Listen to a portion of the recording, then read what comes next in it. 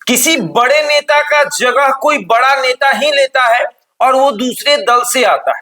वही हाल अशोक चौधरी का हो गया है। अशोक चौधरी ना घर के रहे ना घाट के। पहले उनको लगता था कि वो नीतीश कुमार के बहुत करीब हैं और नीतीश कुमार उनके कहने पर चलते हैं। जो अशोक चौधरी कहते हैं नीतीश कुमार वही करते हैं।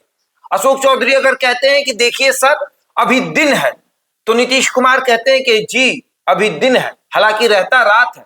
लेकिन अब अशोक चौधरी की मुश्किलें बढ़ गई हैं। अशोक चौधरी की मुश्किलें किसी दलित नेता ने बढ़ाई है, और वो भी नीतीश कुमार के पुराने साथी ने। यूं कहें कि एक दलित नेता किसी दल से उठकर आता है और अशोक चौधरी की जगह को आसानी से ले लेता है, और अब अशोक चौधरी को साइड किया जा रहा है। अशोक चौधरी को भी एहसास हो गया है। अब हम खुलकर विस्तार से आपको इस पूरे मामले को समझाते हैं।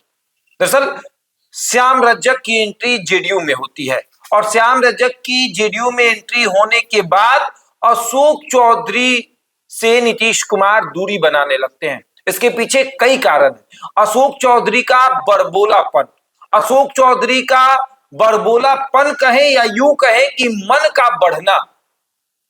अशोक चौधरी आए दिन जेडीयू के बड़े नेताओं से उलझते नजर आते हैं।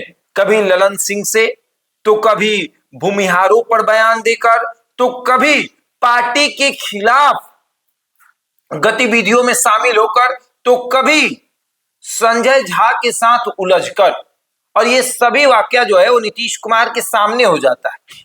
अब जब जेडीयू के राष्ट्रीय अध्यक्ष ललन सिंह होते हैं, तब उनसे नीतीश कुमार के सामने अशोक चौधरी उलझ जाते हैं।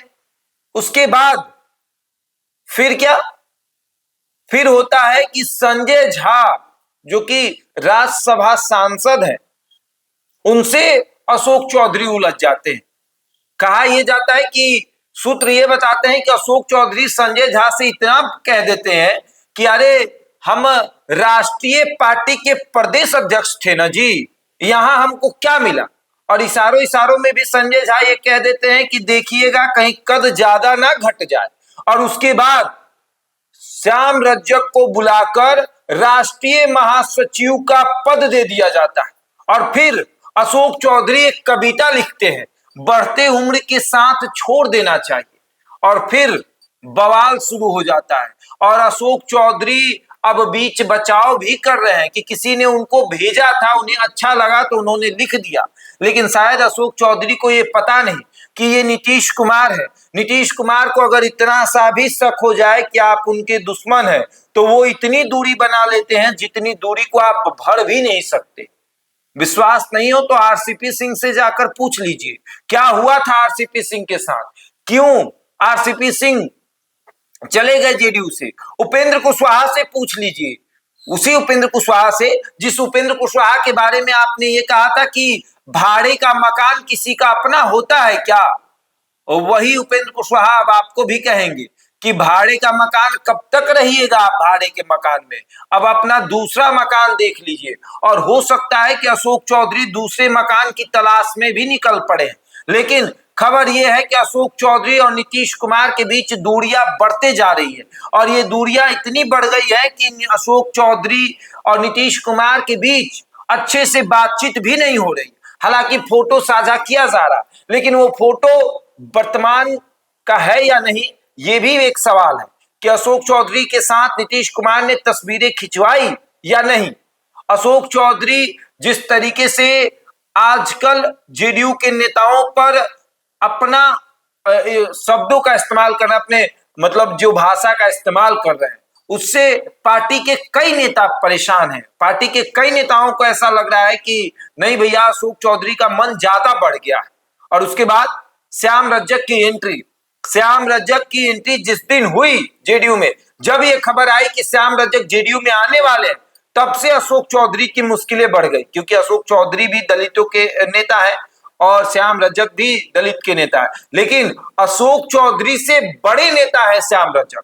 अशोक चौधरी से ज्यादा उन्होंने समय जो है वो बिताया है। अशोक चौधरी एमएलसी हैं, एक बार के विधायक हैं, लेकिन श्याम रजक कई बार के विधायक हैं, जीते हुए विधायक हैं। जनता ने उन्हें चुना है। पहले लालू यादव के साथ रहे, फिर नीतीश कुमार के साथ आए, फिर लालू यादव के साथ गए, फिर वो नीतीश कुमार के साथ आए। दल बदले हैं लेकिन नेता पुराने हैं। और श्याम रजक के आने से अशोक चौधरी को ये बिल्कुल पता है कि अब हमारा क्या होगा।